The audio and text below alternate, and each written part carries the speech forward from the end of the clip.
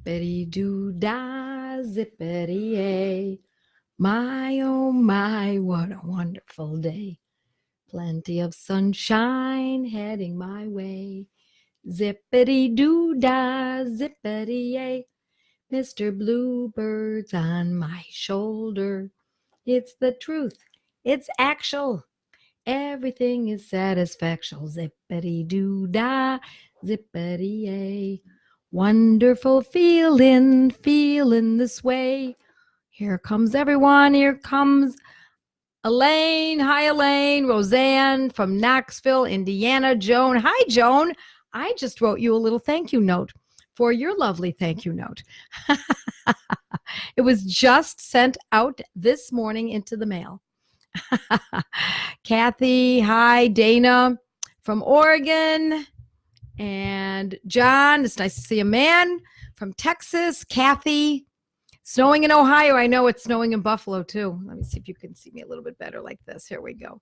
Wisconsin, Newberry, Ohio. I know I talked to someone in Ohio today. They said it was snowing there. North Carolina, Donna. Hi. Michigan, Amanda, Pittsburgh. Oh, it's so much fun to see everyone. It's great to see all of you folks. So tonight, just so that you know, in case you're new to me, I'm Joette Calabrese. I'm a homeopath. I'm a consultant, and I'm an educator. And as I always say, more importantly, oh, that's too bright. Did you just turn that up, Harry? Yeah. Turn it down a little. It feels too bright to me. The light. You mind? And it's more importantly, I'm a mom. And the reason I say that is because I counted on homeopathy pretty much exclusively. I use nutrition. I tried to use some common sense. I don't know how much of that I had, but I spent a lot of time cooking, preparing foods from scratch. So that was very important to me. But our medicine was homeopathy. And if I didn't know what to do, to be honest, I did nothing, really. Now, in many ways, I was fortunate that there wasn't anything going on that was so serious that I had to do something. So you do have to take that with a grain of salt. But we were not the kind of family that didn't do things. My sons were always, we had goats and chickens and ducks. And I've said this before, we had a small farm. They were always wrestling down goats and trying to corral them and chasing after, trying to get the bad fox that was eating our chickens. And there was always something going on. We lived across the street from a ski area. And so they skied all winter long. They were very active. They were always building. I allowed them to use the bandsaw regularly, even at a very young age. I felt that it was important that they learn how to use modern tools and make forts and things like that. So we did have accidents, and my children did have they got ear infections. One of them got bronchitis twice. I'm sure they must have had strep throat. Now that I know what I know, at the time, I don't know that I realized it was strep throat. What else did we have? A lot of coughs, a lot of colds, not a lot, but we had our share. Chicken pox went through the family. Unfortunately, my husband got chicken pox right along with them. And he was well into his 40s when that happened, so it wasn't very pleasant for him. But we dealt with a lot of conditions, stomach flus, food intolerances, allergies, eczema. We had a lot of stuff. And so the reason I tell you this is I don't want you to think that I lived a charmed life and that we were, my kids were kind of indoors all the time. They were outside. In fact, my kids still laugh about it that I wanted them outside. We homeschooled up until the finish of 8th grade, and every day they had to go outside. I didn't care what the weather was like. They had to go outside. And a couple of times they wanted to be back inside to do kind of soft things, like I just want to, do something inside. I'd rather cook, or I'd rather, work, hang out on the computer or something. And a couple of times I locked the door to keep them out. I said, sorry, you're staying outside. I know that sounds cruel, but it's really true, because otherwise they just want it nice and comfy inside, and they'll never end up building that snow fort. they'll never end up finding that creek that sets itself up in the stream, in the backyard as a nice little stream, and find the frogs and the toads and the pollywogs and all of that. So I forced them to be outside, and because of that, they had injuries. Those kinds of things happened. So today we're going to talk about a medicine that I used frequently, more often when they were on the younger side, and then a little bit later in teenage years, and then again with one of my sons in his 20s. And the medicine is chamomilla. Chamomilla vulgaris, chamomilla, chamomilla, chamomilla, which is chamomile. And this is one of those homeopathic medicines that really help people understand how this all works. And the reason I say that is because chamomile, as a little flower, those little yellow flowers, and I used to pick them. We, had fields all around us, and I used to pick the chamomile flowers and make tea from them. And before I learned homeopathy, I studied, not formally, but I studied a good deal about botanicals. And so I knew that chamomile, not chamomilla, because chamomile, then we're describing the herb, and in chamomilla, we're using the Latin term, and because, of course, homeopathic medicines are always Latin words. So chamomile flowers made into a tea would help my children from time to time, and helping them calm down, making them more comfortable so they could sleep, particularly when they were teething. But what I found in short order with my first son was that when he was teething, he would be very cantankerous, fractious, irritable, touchy, too sensitive, easily angered, sensitive to pain, so that if someone just walked by and said, "Oh, hi, honey," he would carry on. Why did you touch me? Every little thing would irritate. Now, I noticed that it did happen at about the same time that he was teething. And it was exactly the perfect picture. Chamomilla in homeopathy and chamomile in botanicals has many of the same characteristics, of course. And so when we use it in a tea, we can help that person calm down, let them sleep a little bit better. It calms the nerves a little bit. But now get that chamomile flower, put it into a vial of alcohol. Let it set for a fortnight, 2 weeks. Now you've got a tincture. Once you have that tincture, now you've got something that is not only a medicine botanically, but now we can start making a homeopathic medicine. So in a homeopathic pharmacy, I never did this myself with chamomile. You'd get a drop of it and put it in a vial of 99 drops of alcohol. And then it would be succussed, which means the bottle was closed up, and it was shaken and hit on something hard underneath and soft on top. And it's succussed. Then we take the top off of that, take a drop from there, and put it in the next vial of 99 drops of alcohol. Put the top back on, hit it again, succuss it. Now we're at 2C. C stands for 100. 99 plus 1 drop is 100. We're at 2C. Take a drop from that, put it in another vial of 99 drops of alcohol, put the cap back on, succuss it. Now we're at 3C. If you do this 200 times, that's 200 times to the 100th power, now you have chamomilla 200C. And what does that do to the chamomile plant, the plant that was made into a tincture? It magnifies it. It makes it into a medicine that is uncompromising, that is gobsmackingly wonderful.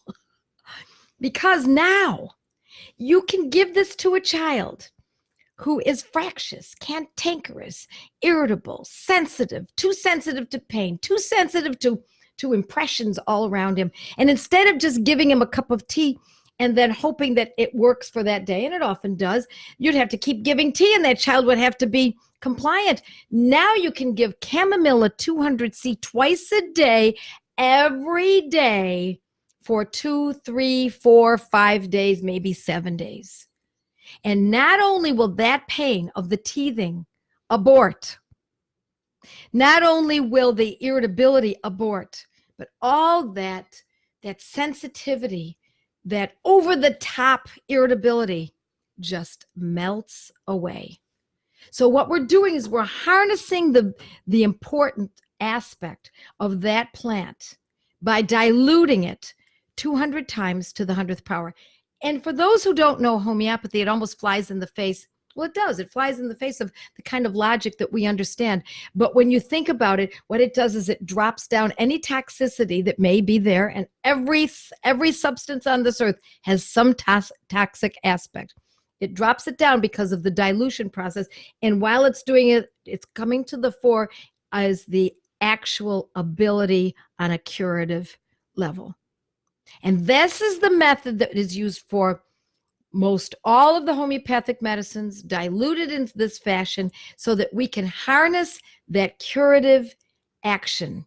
And we don't have to keep giving tea or giving the tincture and alcohol. Now, you wouldn't want to give a baby the tincture and alcohol, a small baby who's teething, because babies shouldn't have alcohol. So that eliminates that possibility. But now you give the baby the little 3 to 4 little pills, put them in the mouth where we want them dissolved. We don't want we don't want people to swallow.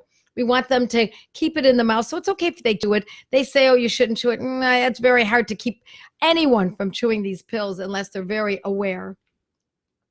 Keep it in the mouth so it's absorbed in the mucosa of the mouth. And you can actually witness it within sometimes minutes. Their shoulders drop. They fall asleep in their father's arms, the father who's been carrying them all night long because the child's been screaming in pain from teething. So what else can we use chamomilla for? We can use chamomilla when you think of fractious, irritable, nothing pleases them, no matter what you do. Mommy, pick me up, pick me up, pick me up. You pick up the child. No, that's not it. And they push off and that's not good enough. Nothing is ever good enough because they can't find comfort. Now, what does that sound like to you? Does anyone have been around an adolescent or a teenager?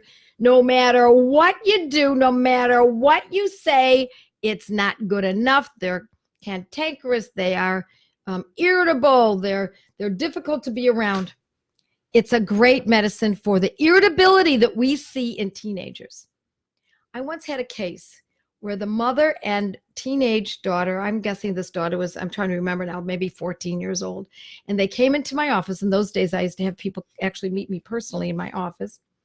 And the mother was seated here and the daughter was here, but the daughter was facing like this. She didn't want to have anything to do with her mother. And anything the mother said, she rolled her eyes. I'll be honest, I wanted to smack her. Can't do that. I'm the homeopath. And she was having menstrual cramps. And that was her biggest complaint. The mother's biggest complaint was the behavior, understandably. And it was very clear to me that this was a chamomilla case. I taught the mother how to use chamomilla 200. The next time, at those days, I was thinking, well, wait until the menses cycle begins again during the pain. But now I would say, oh my God, get it into that child's mouth as soon as possible if we have to hold her down because of the behavioral problem. And I would suggest in that situation now for that child to be taking this chamomilla 200 again, twice a day for at least a week. And if the menses comes up and there's more pain, then you can take it up again. So it's great for menstrual cramp, for teething pain, menstrual cramps, teething pains, irritability. Nothing pleases the person. It's also good for colic, for babies who have colic. But it can also be colic of an adult, especially if we can find someone who has colic and is irritable. Now, I said earlier that I had used this on one of my sons as an adult. And it was when he was teething again, but with wisdom teeth. So the wisdom teeth were coming in. He was more on the irritable side. There was pain in the teeth, in the area. It was swollen and painful. Chamomilla, 200C, twice a day, every day until it's gone. If it comes back, don't say, oh no, it's back again. No, say, yay, it's back. It's an opportunity to use this medicine again. Because the beauty of these medicines is, I don't have to tell you if you've been around homeopathy for a while, this is not about treating symptoms.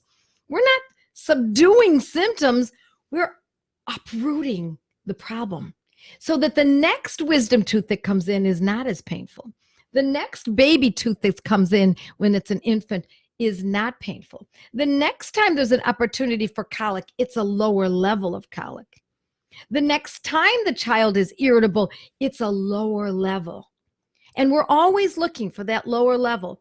Less intensity to the symptoms, lasting for a shorter period of time, and a larger space between each episode.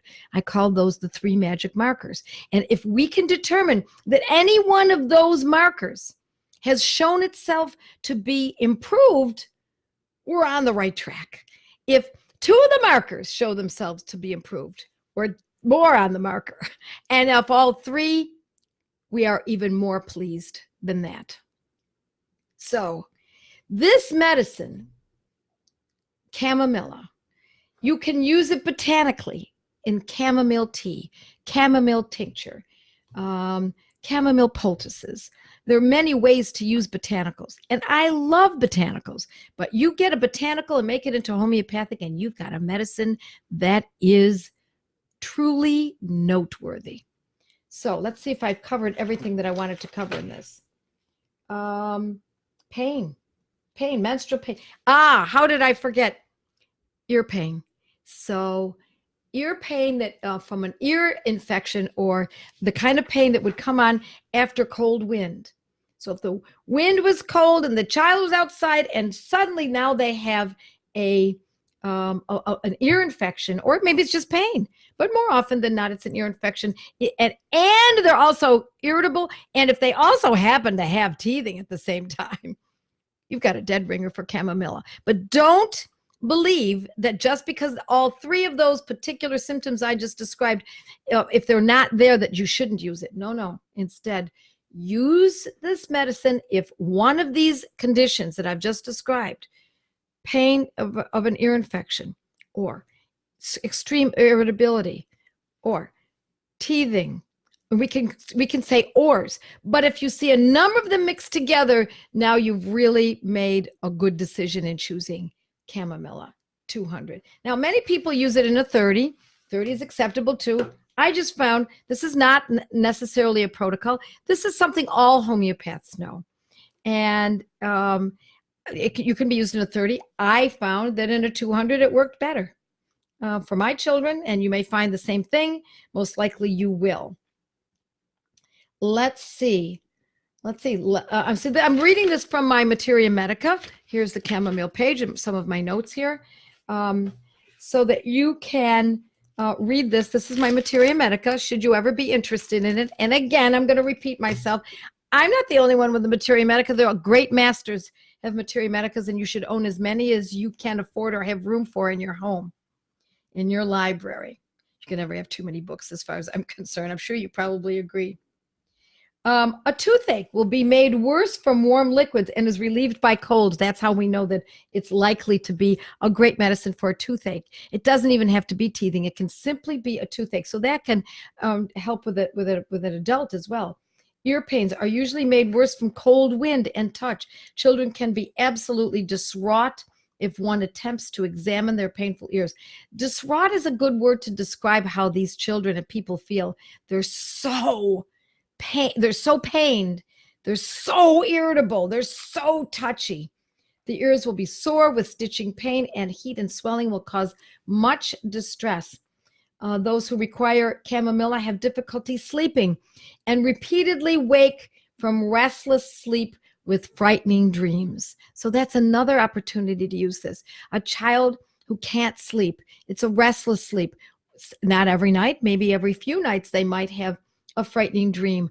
Think about chamomilla, 200, used precisely in the same way as what I've just been describing. I would use it twice daily for at least a week, or until you see such grand evidence of its ability that you can back off. And again, if it comes back again, what do? We always repeat the medicine that acted, the one that what you used last that acted. Don't try to rethink it and say, gee, I wonder if it could be this or that. If it acted, that's the one you're going to use. I think we've got it. Let's see some of your questions. And of course, they should all pertain to tonight. Hi, friends of Joette and homeopathy. Did someone else in DC try to? Okay, let's just see here. Massachusetts. Hi, chamomilla. Vulgaris is 200C. Yep, twice a day. Okay. Somebody asked a question because Linda said, good question, Linda, to another Linda.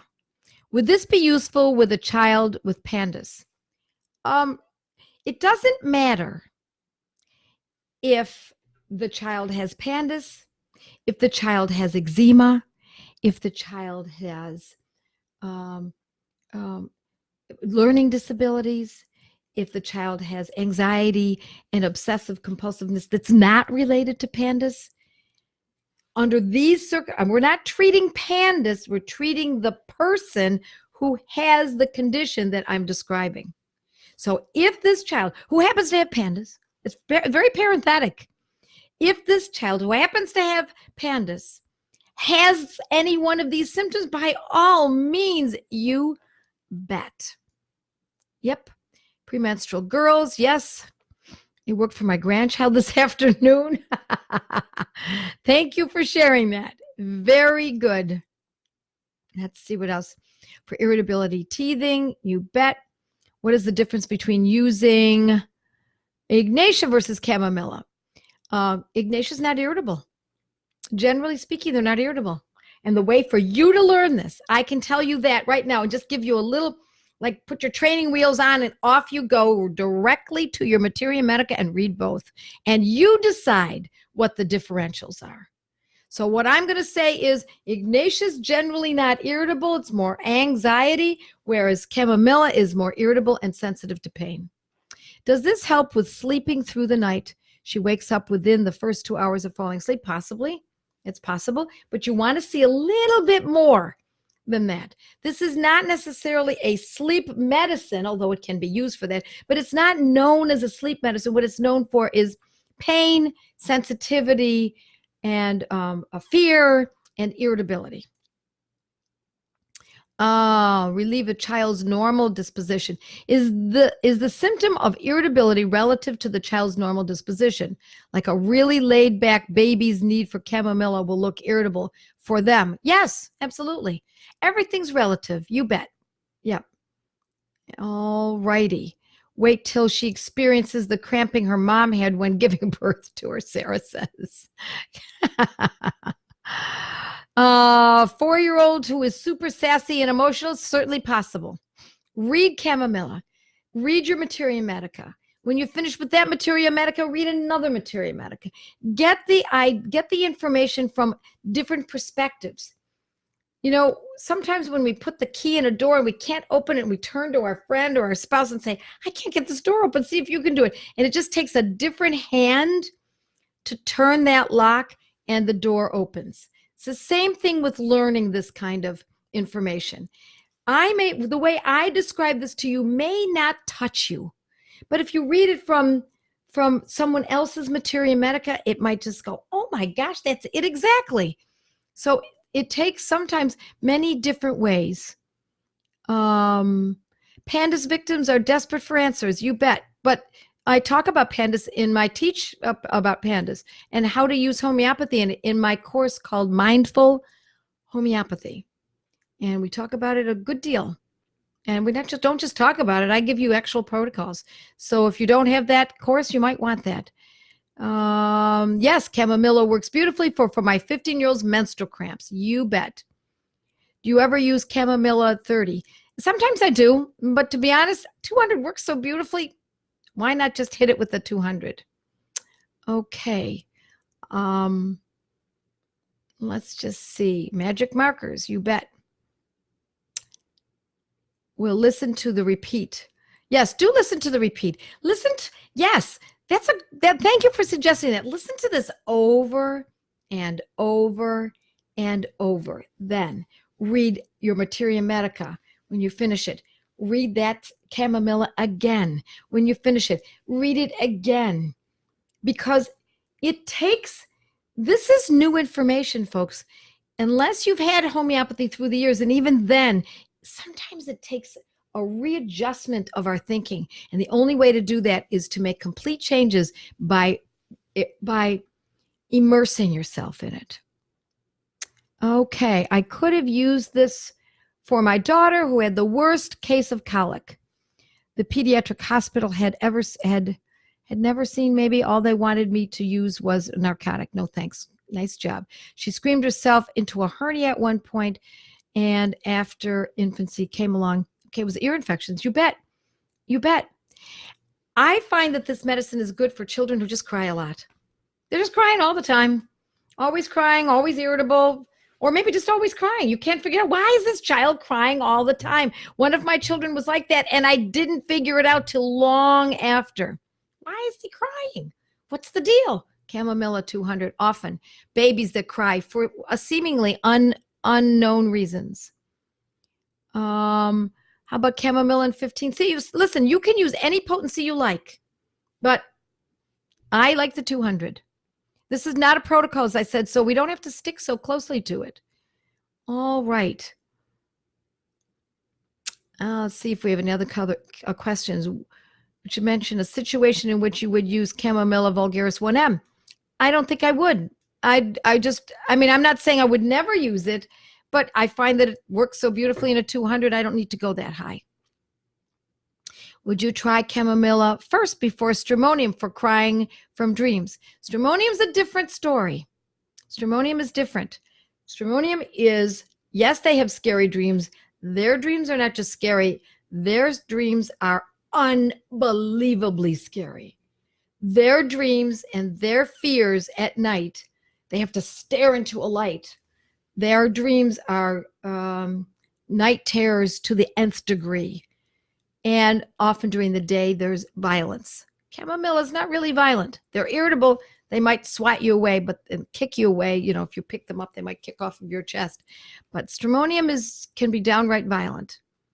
Chamomilla for adults who are not sleeping well. Yes. As a matter of fact, if you look at some of the some of the sleeping remedies that are combinations for sleep, you'll see chamomilla is often in there. Okay. Restless waking often is waking up tired and stays tired and irritable all day. Yes, it's certainly possible for that teenager. How would I choose between chamomilla and stramonium for my child? I just went over that. Okay.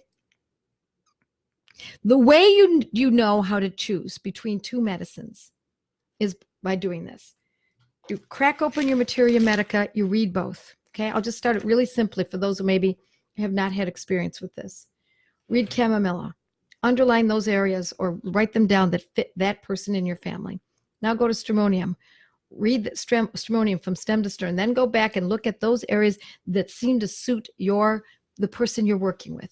Okay, now, which one fits best? It doesn't have to be perfect fit. Which one fits best?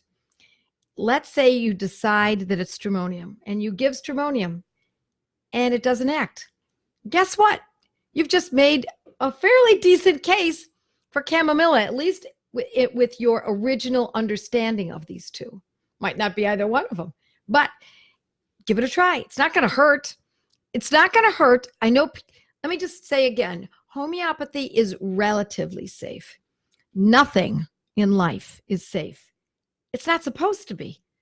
I mean, really, do we want life that's so safe that all it is safety? Terribly boring. Skiing is fun because there's an edge to it. Riding a bike can be fun because you want to go faster and there's a little edge to it. Everything we do in life has some kind of a risk. Boston cream pie is delicious because it's not really all that great that we eat that all the time. So we have to kind of balance it all out and look at it from a slightly different perspective. Don't make safety first. Safety is a second or a tertiary level. We want learning first. We want caring for our families first. We want self-reliance first. We want responsibility first. Those come first.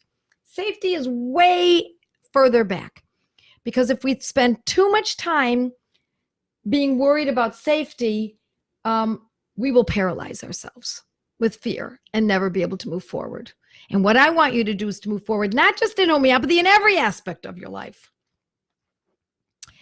Okay. When I was a child, I had such ear pain and my mother took me to the doctor. They would use vacuums to drain my ears. I remember being in such pain and sick and vomiting from it. Yeah. Get that vacuum and put it on the doctor's ear. Holy cow. Hyperactivity in a teen? No, I don't think of this as a hyperactivity medicine. Okay. Car shopping with my very frustrated husband, driving from one car to another. Chamomilla was all I had. And it worked, Donna. Nice job. It's not what I would have thought of either. Irritability, if he got super irritable, you bet. Nice job. See, it only goes to show if we step outside of the box a little bit. Would I use this myself when I'm irritable and irritability and the irritableness of my son? Possibly, quite possibly. Yeah, mothers, I don't think of chamomilla so much. I think of more like sepia, but still doesn't mean we can't use chamomilla for a mom, especially if she's got menstrual cramps. Nighttime fussiness. They're never too young. 4 weeks? Absolutely not. I treated my babies the moment they were born. And I've been to many births of friends and home births, and we treated those babies immediately if they needed it. Only if they needed it. We didn't treat just for the heck of it. Where do we buy it? Go to Boiron, B-O-I-R-O-N, Boiron, B-O-I-R-O-N. Put in the little box once you get to their site as you're checking out. Put my name, Joette, and you'll get a discount. Or you can go to Amazon. Let's just see. Good information for irritable daughters. Maybe I should go take some chamomilla 200. I've been a little irritable lately. My husband will appreciate it for sure. Good. Is it good for a negative Nelly attitude? It's a little bit more than just negative. There's a little more to it. But if you can find other aspects of that personality in the chamomilla picture when you read it in your Materia Medica, you bet. Okay. Hi, Joette. Chamomilla 200 was the ticket with my daughter. Not sure if you remember our issue with the box. I do remember, Dawn. Yes. Didn't make any more appointments, so I took Mindful, discovered it in a case study after a difficult teen who couldn't stand her mother. It worked beautifully. Thanks for all that you give. Oh, that's wonderful. I'm so happy, Dawn, to hear that. I remember working with you, by all means. How often do you give it? Just, you could give it, if it's very extreme, you could give it, every 3 hours, but I wouldn't do it that often. Generally speaking, twice a day, because if you're trying to change an attitude, an overall attitude, you want to go over days. But if you had to, and the pain was extreme for an ear infection or colic, by all means, I would use it maybe in that case in a 30, and then you could use it every 3 hours or so. How long do you continue giving the remedy if you're not seeing improvement?